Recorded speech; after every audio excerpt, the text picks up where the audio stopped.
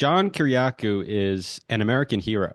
He took great risks when he made his disclosures in 2007 in service of his country and the rule of law. But rather than being rewarded for his bravery, he was punished for it.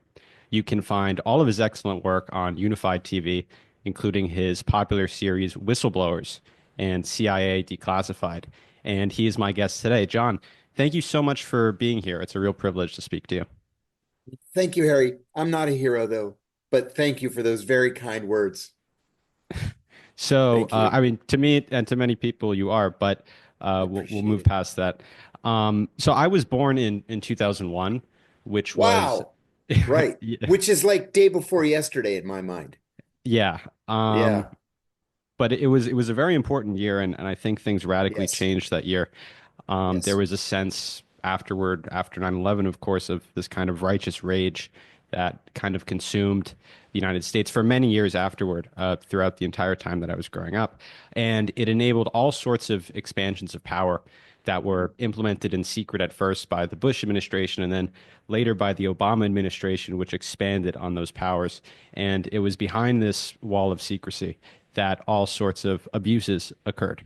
The destruction of due process and habeas corpus through this extraordinary rendition program and torture program, which you exposed, the creation of this mass surveillance state, and then ultimately this creation of this drone program to extrajudicially assassinate people, thanks to the Obama administration.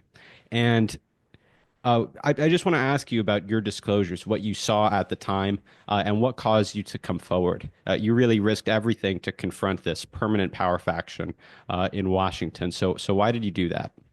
There's no single easy answer. I want to give you just a little bit of background. I'm I'm the kind of guy, I've always been the kind of guy who, for example, when I go to the post office to buy stamps, I tell them nothing patriotic. I'm tired of the flag stamps and the July 4th fireworks stamps. Give me something with like a flower on it or something, right? Because I feel like patriotism is forced down our throats. We express patriotism here unlike any other country in the world. And I've been all over the world. Nobody does it like we do. Nobody has giant flags at car dealerships or plays the national anthem at every sporting event. Countries just don't do that. Um, Not to say I'm not patriotic. I just don't appreciate it being forced down my throat. After 9/11, I actually went to Walmart and bought flag stickers to put in the windows of my car. And even my dad said, "Wow, even you with the flag stickers." So I said, "I know, right? I'm changing my mind." With that said, my patriotism is based in the rule of law. It's based in the Constitution. And I naively believed in the immediate aftermath of 9/11 that everybody's patriotism was based on the Constitution, right? That's what makes our country so great is we have this incredible Constitution. Um, I realized I realized by halfway through 2002 into 2003 that I was just wrong, that it wasn't about a love and respect for the Constitution.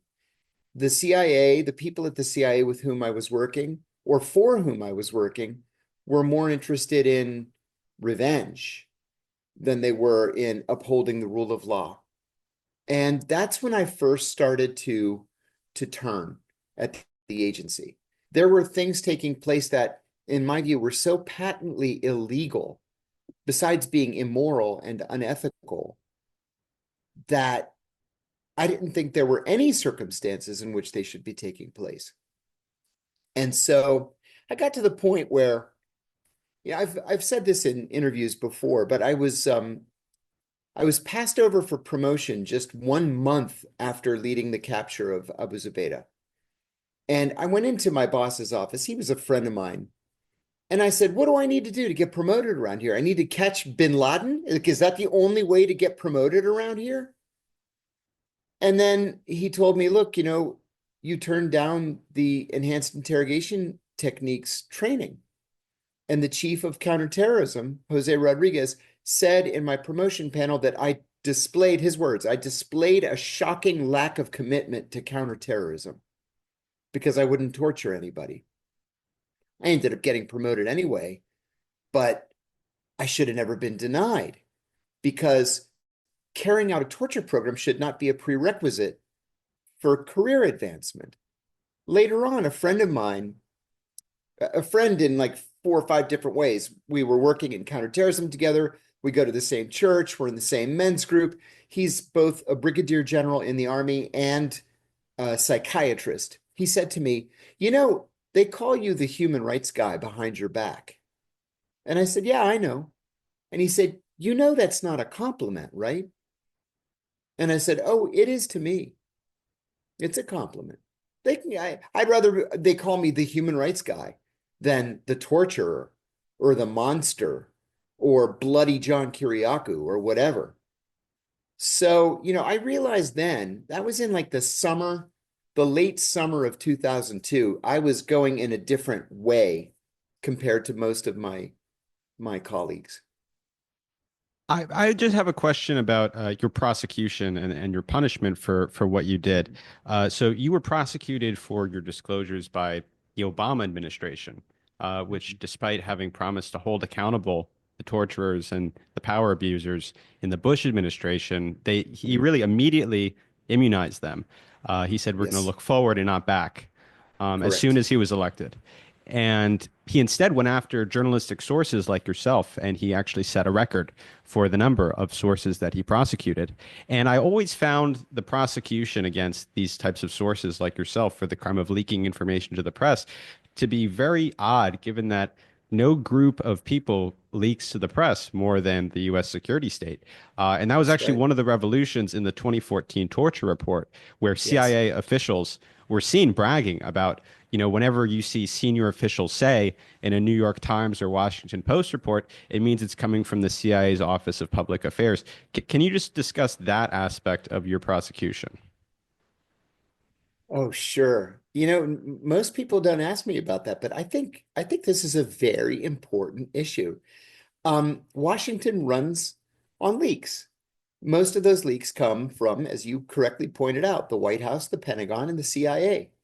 Uh, Anytime you see, according to, national security officials, senior officials, White House officials, whatever, intelligence community sources, those are those are leaks that have been approved up the chain of command. They're not legal because remember the simple definition, the legal definition of espionage is providing national defense information to any person not entitled to receive it. Well, if the information hasn't been properly declassified, that is a violation of the Espionage Act. But it's authorized because it's in support of the policy or it's been leaked in order to gauge public opinion. Very common. And when I say very common, I mean literally every single day. The Obama administration was particularly bad in this respect for a couple of reasons. First, they promised to not just be better than the Bush administration, but to reverse a lot of those damaging policies that we saw under the Bush administration. They didn't. They just continued the policies of the Bush administration. And in many cases, like drones, they made it worse. Now, here, I'm going to get on my soapbox now, but I can't help myself. The Espionage Act was written in 1917 to combat German saboteurs in the early years of the First World War. Between 1917 and 2009, Barack Obama's inauguration, 3 Americans were charged with espionage for speaking to the press. Just under Obama, there were 9 of us, 3 times the number of all previous presidents combined. 9 of us were prosecuted under the Espionage Act for speaking with the press. Now, in some cases, espionage is punishable by death. So it's not like, they're just slapping us down to get us to stop talking. The minimum that you can get under the Espionage Act is 5 years. The common punishment is 15 years. So this is a very serious, very heavy felony. Now, I was charged with espionage for giving an interview to ABC News and a follow-up interview to the New York Times in which I said that the CIA was torturing its prisoners, that torture was official US government policy, and that the policy had been personally approved by the president. But it is a felony to classify a crime. And this is why I wasn't initially charged, because the FBI determined that the torture program was a crime. And so my revelations of the torture program could not constitute a crime because I was exposing a crime. So what the Obama administration did is they secretly reopened the case against me, tapped my phones, collected my emails going back years, put teams of FBI surveillance for surveillance on me, and came up with something else. They came up with an obscure violation of the Intelligence Identities Protection Act of 1981. I'm only the second American ever charged with this crime. Now, this is one of those crimes that they just can kind of hold in abeyance, and if they want to use it as a weapon against somebody, as a cudgel, they can. So, the reason I was charged with this crime is because an author sent me an email and said he's writing a book about the Abu Omar rendition. This was an Egyptian cleric in Milan that the CIA kidnapped and sent back to Egypt to be tortured. I said, I don't know anything about Abu Omar other than what I've read in the Washington Post. He said, well, can you introduce me to any of these 12 people? I said, I don't know any of these people. Then he sends me a second email and he says, can you introduce me to any of these 12 people? And I said, look, kidnapping wasn't my thing at the CIA. I didn't work with the kidnapping people. I don't know who these people are. I said, you obviously know this information, this story, far better than I do. Then he says, what about the guy that you mentioned on page 145 or whatever of your first book? And he said, I think his name is John. And I said, oh, you mean John Doe. I don't know whatever happened to him. He probably retired and he's living in Virginia somewhere. But I said the last name, the surname. So I technically violated the Intelligence Identities Protection Act of 1981. Now, this reporter or author never made that name public. So there was never any danger to this officer.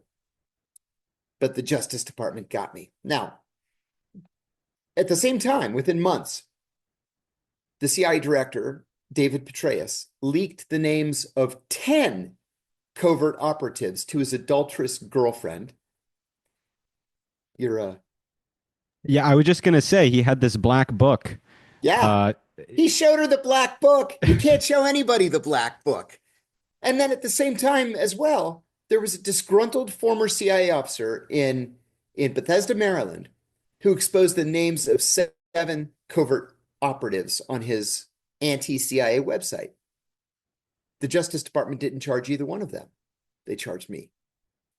So it was a political case from the very beginning. And since then, we're in the immediate aftermath, right? Right after I'd gone to prison, I was sentenced to 30 months. I did 23.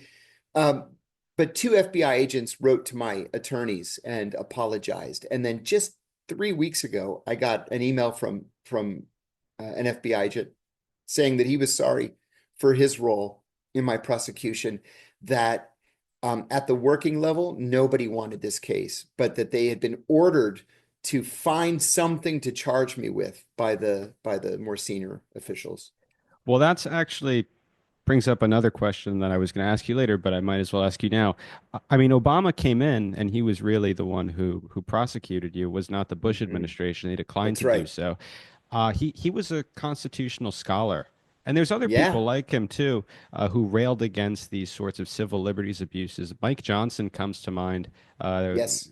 When I was working at System Update, we did an interview with him a couple of years ago where, he was on the head of this weaponization committee going after all sorts of censorship abuses by the FBI and mass data collection and surveillance of political dissidents. But suddenly, when he became Speaker of the House, he was the tie-breaking vote to approve this 702 surveillance without any reforms. Tulsi Exactly right. Gabbard now Tulsi Gabbard too, in order to get her confirmation, it looks like she has to give up her opposition to the 702 surveillance program. How is it Yeah. that the security state, because you worked in it for a long time, how are they able to put this pressure on people? I mean, I know they take you into the skiff and explain all the dangers, but is there anything more than that? Is there anything more that these security state does to pressure these politicians to flip? Yeah, the easy answer is yeah, all they have to do is say 9/11. If you don't give us 702, we're going to have another 9/11. It's going to be on your shoulders. That's the easy answer. But I'll give you two anecdotes that I think will give you a more fulsome response. Um, in the history of the FBI, they've never had a budget cut. And I mean 100 years, they've never had a budget cut.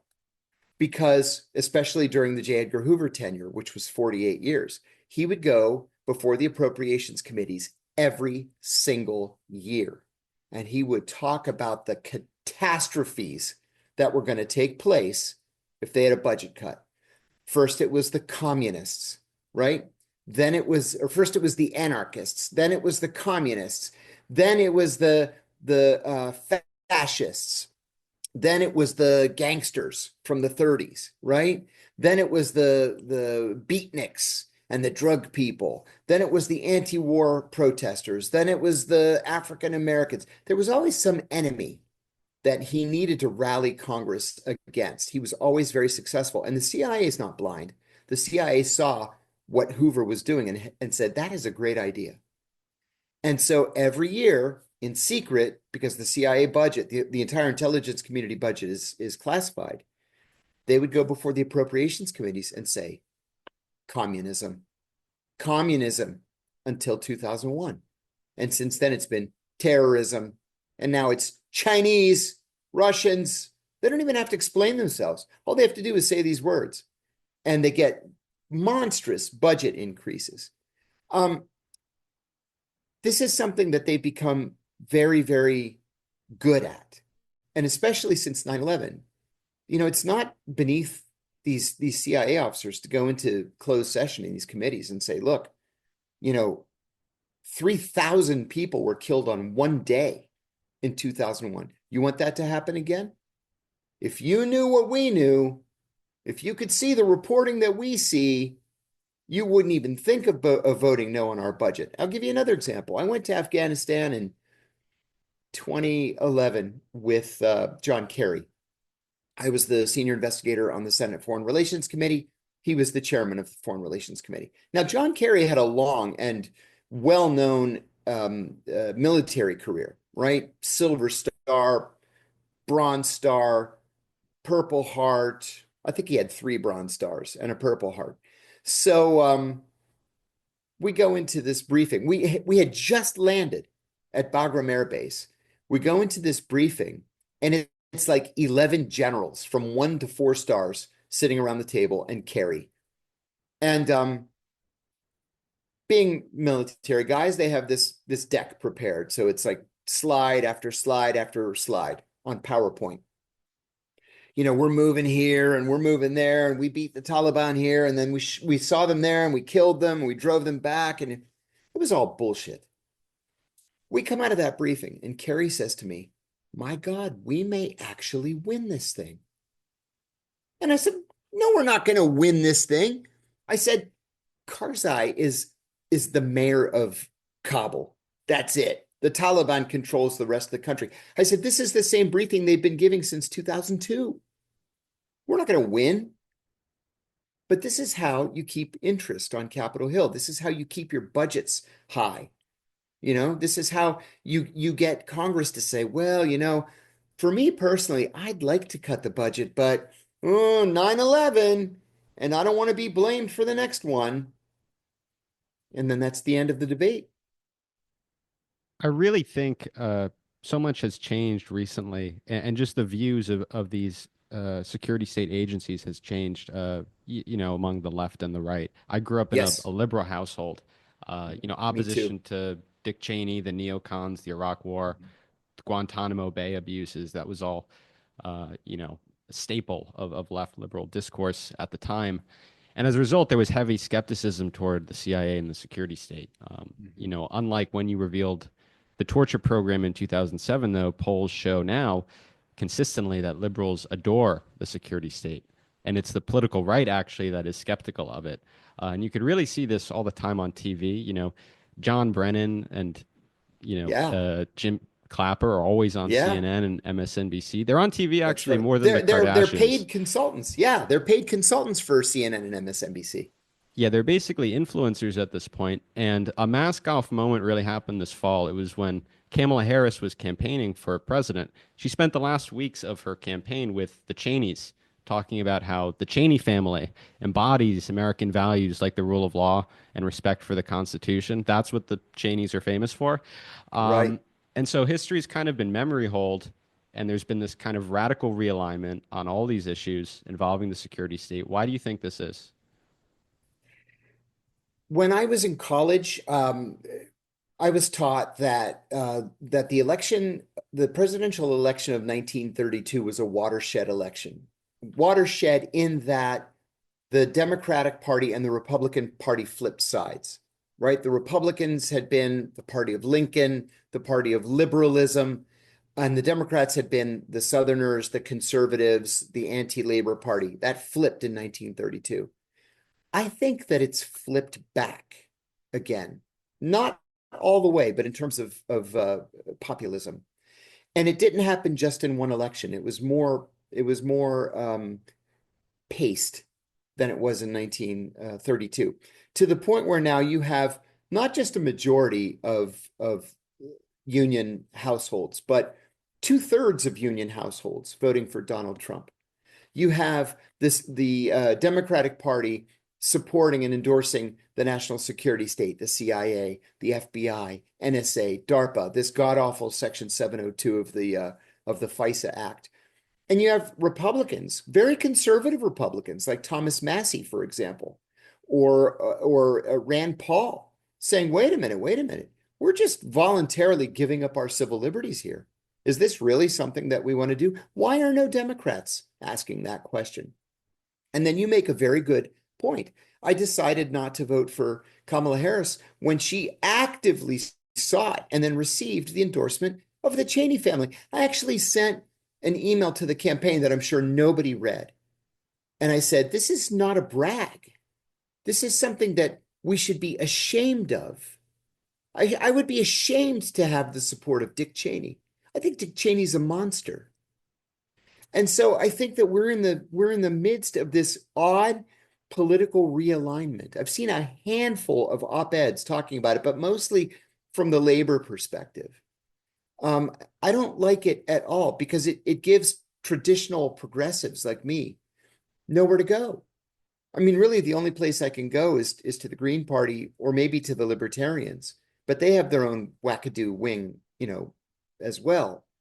So what do you do? Where do you go? I'm at the point where I made a joke to a friend of mine the other day. I'm an equal opportunity hater. I hate everybody.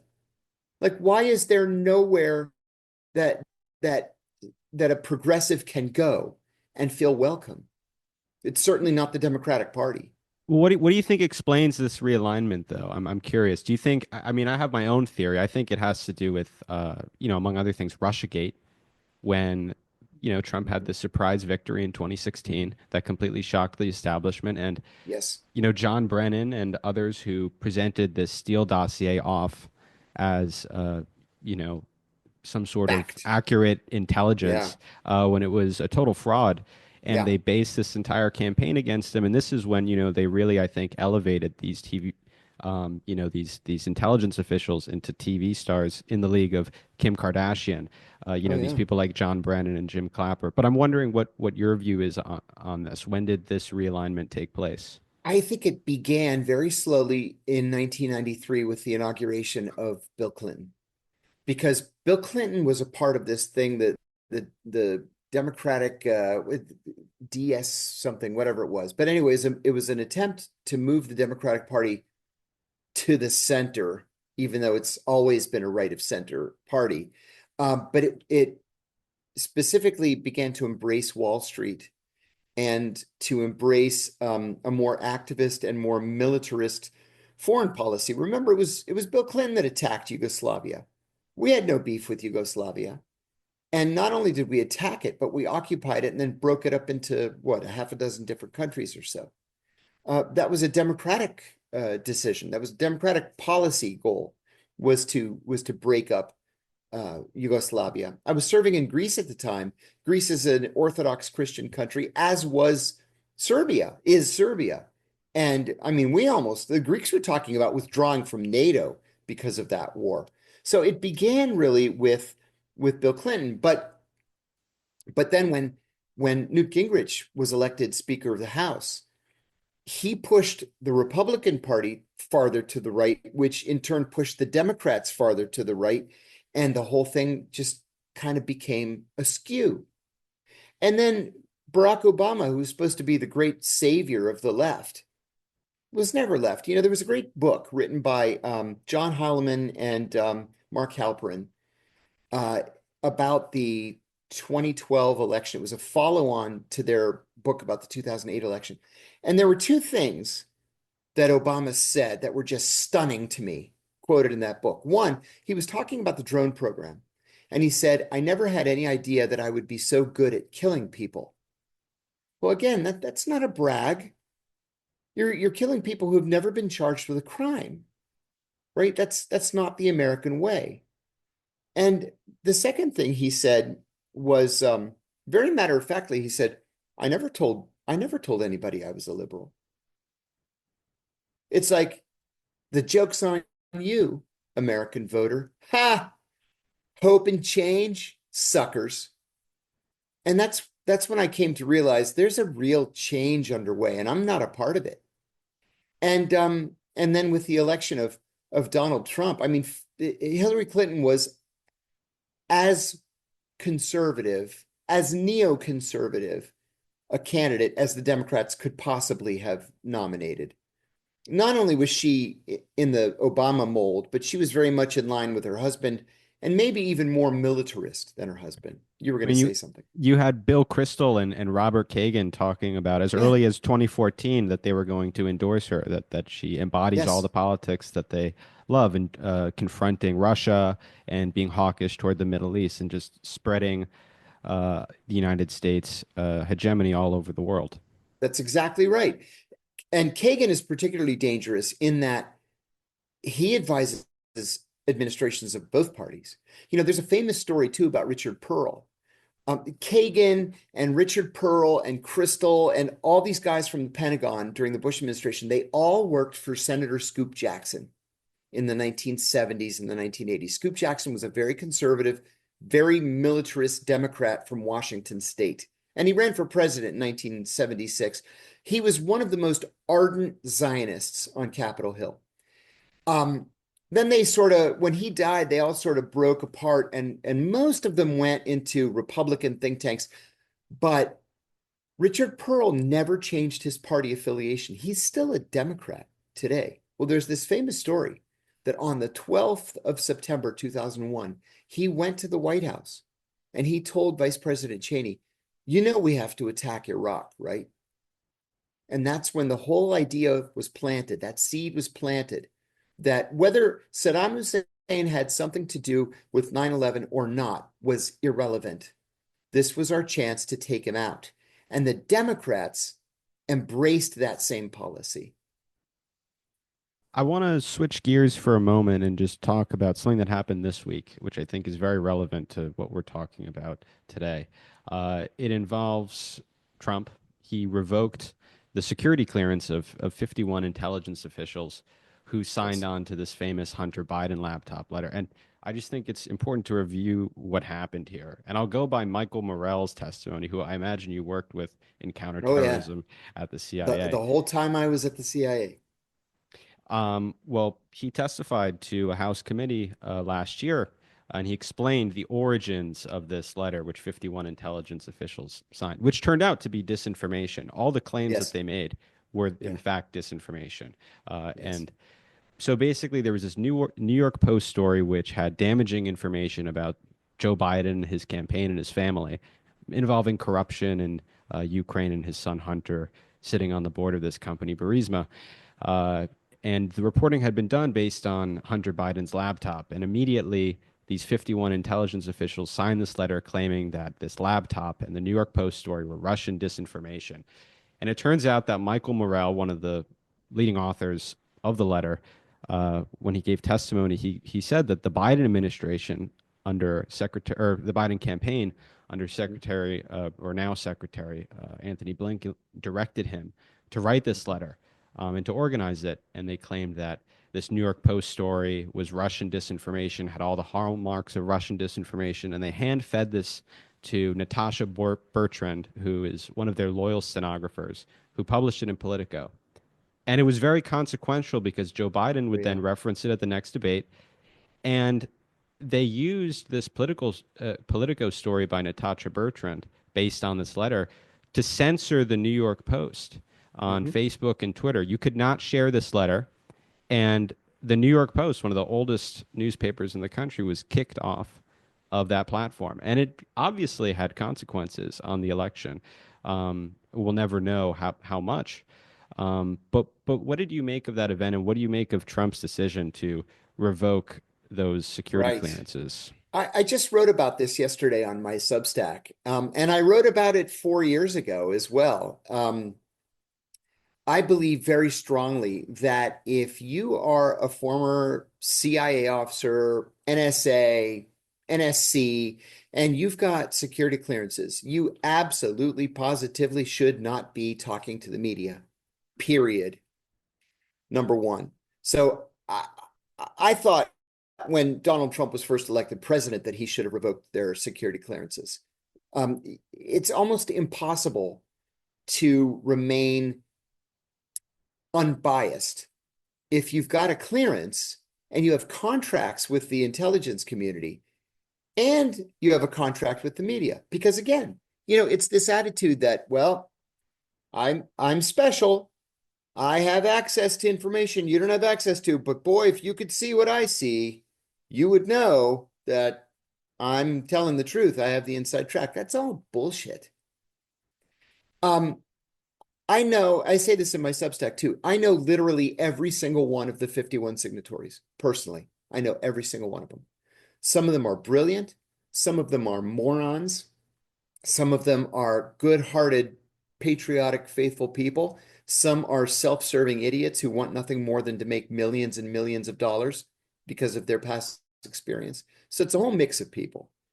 But you are absolutely right. And they tried to cover themselves. If you read that letter carefully, they don't say ever the Hunter Biden laptop is a Russian disinformation operation. They said it bears all the hallmarks of a Russian disinformation operation. Now, at the CIA, I went through the same analytic training that they went through, and they teach us to use qualifiers like that so that they can say, well, if you say, hey, you said that this Hunter Biden laptop was Russian disinformation. They said, no, no, no. We say it looked like it could be Russian disinformation. It's very disingenuous. But this time they were a little too smart for their own good and they got burned. You make a very important point too, if I can wrap it up with this. The New York Post was wronged by Twitter and by Facebook and other platforms because you were not permitted to share that story about the Hunter Biden laptop. You were not permitted because these 51 intelligence community geniuses said that it was Russian disinformation. And what is that but propaganda? Just very quickly, this will be my last question, actually.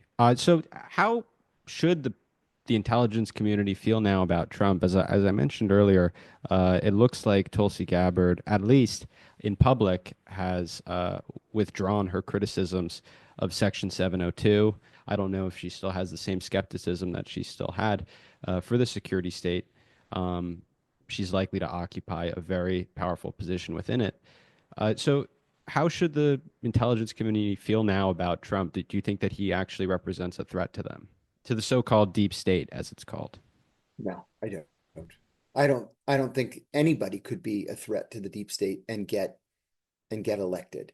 Um, I love Tulsi Gabbard. I think she's great. I'm not yet convinced that she has the votes. And I'll tell you what, I'm really hoping that she flipped on 702 just to convince enough Republicans to support her nomination so that she can clear the confirmation process. And then once she becomes the DNI, say, oh, you know what? On second thought, I think 702 is a serious breach of our civil liberties, and I'm opposed to it. Now, that would be great, but I've been in Washington long enough to know that people do what they do usually in self-interest or out of self-interest. John Ratcliffe is going to be the new CIA director. He's probably going to be approved unanimously or almost unanimously. Uh, he was very briefly the acting director of national intelligence in Trump's first term. He was a congressman from Texas. He was a member of the Armed Services Committee, a member of the Intelligence Committee. There's no indication that he's a CIA rebel or that he's going to dismantle, the deep state, or he's going to harness or rein in, I should say, the CIA. There's no indication of that at all. There's an indication that he's a Trump loyalist, which is great. But when you've got foreign policy hawks like Marco Rubio as the Secretary of State and Pete Hegseth as the presumptive Secretary of Defense, nobody's going to dismantle anything in those two departments. Why would the CIA be any different?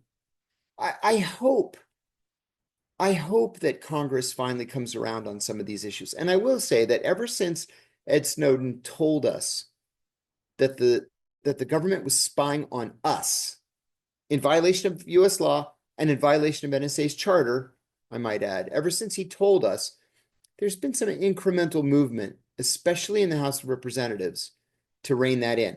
Now, 702, of course, is part of the FISA Act. The FISA Act was passed in, I think it was October of 2001. And every year, is that right? Well, they passed it to retroactively Retroactively, legalize yeah, the illegal that's right, spying, the legal unconstitutional spying that they were doing that on was revealed in the New Americans. York Times, right? That's right.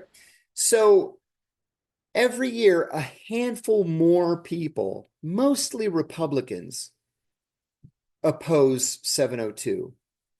Now, Snowden gave us his revelations, 11 and a half years ago.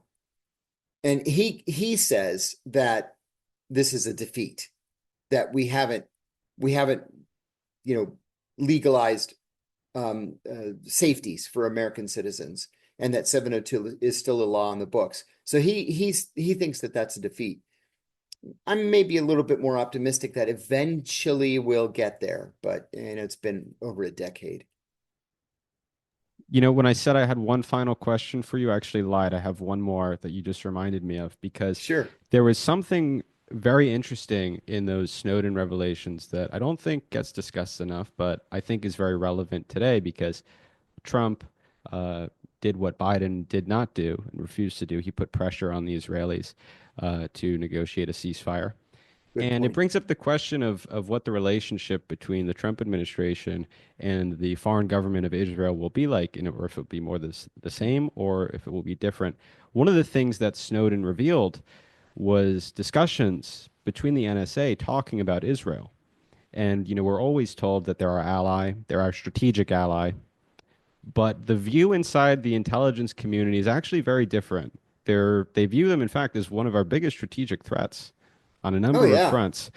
So you were in the CIA, and I've heard you speak about this a little bit before, but can you just give some context for this? What was it that you saw when you were there?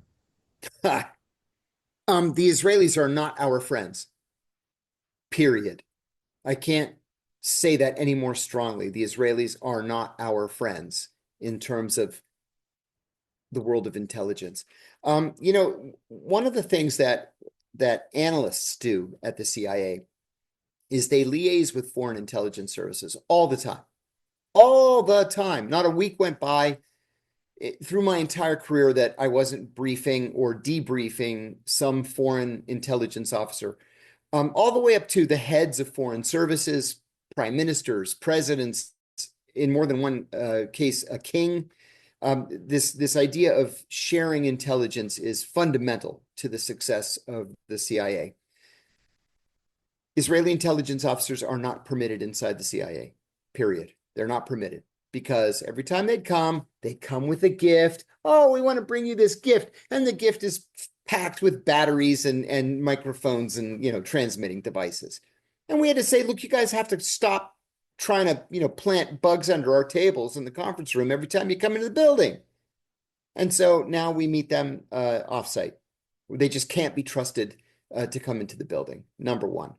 Number two, the very first foreign liaison briefing I ever did was for the Israelis.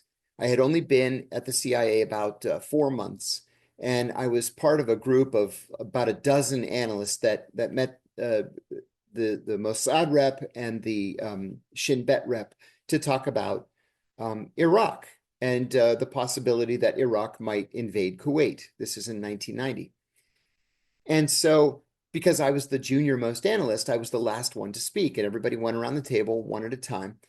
And I was an overt CIA employee, so I used my true name as I was instructed to do. So finally it came to my turn, and I said, I'm John Kiriakou, and I'm going to brief you today on Saddam Hussein and what we expect him to do in the next several months. And the Shin Bet officer looked up at me over his glasses like this, and he says to me, you are Jewish? And I said, I am not recruitable. Don't even think about it. And I gave the briefing. And afterwards, I was furious. And one of my colleagues laughed and he said, they have done that to every single one of us. Every one of us. My third point. I sat next to a guy for years. Awesome analyst, great human being. And he married a woman in our office, right? Who was also a CIA officer, of course.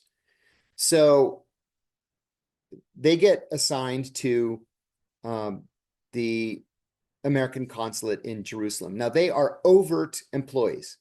So they go to the Israelis and they say, we're with the CIA.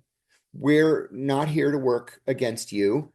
She's going to be working on Palestinian issues, and I'm going to study Arabic at the university. Okay, that's literally the honest to God's truth. There's nothing covert. There's nothing that should have raised Israeli hackles. So they had been there 4 months.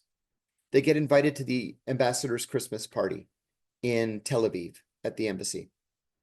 They go to the embassy. They come back home, Jerusalem, which is like 30-40-minute drive. And all of their living room furniture had been rearranged. All of it. So that's just a message from Mossad. The message is, fuck you. We know who you are. And we can mess with you anytime we want. So, it's not very nice. It kind of makes you mad. And then you go to the embassy and you write it up and say, hey, these jerks, they broke into the house. They rearranged all the furniture. Okay. Do Americans ever do this sort of thing to Absolutely Israelis? not. Is this reciprocal? No, Never, never, ever. No, never. Yeah. It's just a mean-spirited thing to do.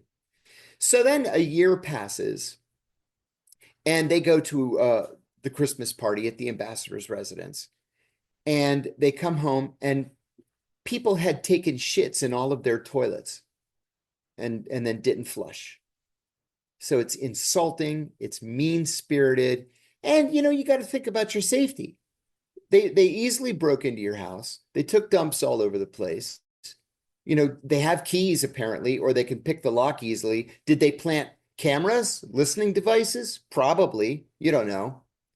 And then at the very end of their 2-year tour, the ambassador throws a going away party for them. When they go home after the going away party, somebody had gone into the house and they cut the tail off of the dog and they wrapped it in gauze, and the dog was whimpering and hiding under the kitchen table. Is that really necessary? We're supposed to be allies. Let me ask, what was the reaction from their superiors? Did anyone complain? What? Yeah, and that's what happens. You go and you complain and you say, look, stop doing this. Stop doing this because then we're going to have to do something in response. And they're like, all right, they'll stop doing it. But this is, and then one other thing. I never went to Israel a single time in my CIA career. I had a choice. I was an Arab specialist. I spoke Arabic. I have a degree in Middle Eastern studies, so I was an Arabist. So I elected to go instead to the Arab countries. Um, Israel was ranked as critical threat, the highest threat level, critical threat for counterintelligence. So if you didn't absolutely have to go to Israel, you didn't go to Israel. It's just not worth the trouble. Well, what's the logic then of the relationship between the CIA and Mossad? I mean, they must say, oh, well, there's some strategic benefit that we're getting, Yeah, where we'll put up with all of this yeah. behavior, toward our officers, if we're getting something in return. What are we getting in Yeah, return? I mean, I it's don't see it though, because looking right now, we're spending all sorts of resources, tens of billions of dollars that we've put into defending Israel from all of the threats that it's basically creating for itself. So, yeah. what's the benefit From a here? CIA perspective, the benefit is counterterrorism and advanced technology. That's it. The rest is all politics, and it all plays out on Capitol Hill. Yeah. Critical threat for counterterrorism. So they're ranked with the Chinese, the Russians, the Cubans, the North Koreans, the Iranians, and the Israelis. Pretty crazy. That's an interesting group of countries that you listed there. Yeah. Yeah. All right. Well, thank you so much for joining me today. Again, it was really a Thank privilege, you. an honor I actually. And appreciate it. so, I hope to speak to you at some point soon. Thank you. And if you don't mind, uh, I want to plug this really fun TV show that I have now called CIA Declassified. Of It's course. on Unified Television. It's two Yeah. separate shows. One, we talk with international whistleblowers, people from around the world who have blown the whistle on a variety of different issues. And then CIA Declassified is something that's not being done anywhere else. We take these declassified CIA documents and then we talk about these major historical international developments that they surround. Things like, the 1953 coup in Iran, the overthrow of Salvador Allende, the Kennedy assassination, the Berlin Wall, things like that, and what the CIA was talking about in real time as these things were happening. So it's fun, and I put everything I do on Substack as well. Well, that's very important work, and we hope that everyone goes out and supports it. Thank you Um, very much.